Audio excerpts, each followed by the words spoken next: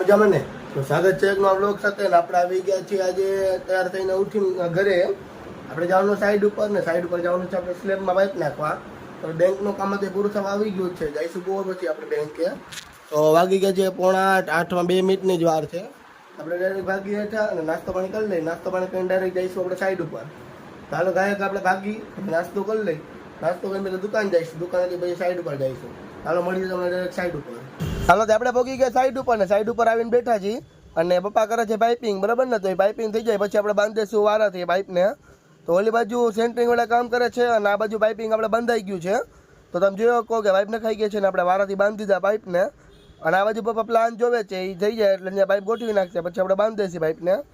આ તમે જોયો કહો આવી રીતે પાઇપિંગ કરીને આપણે પાઇપ બાંધી દીધા છે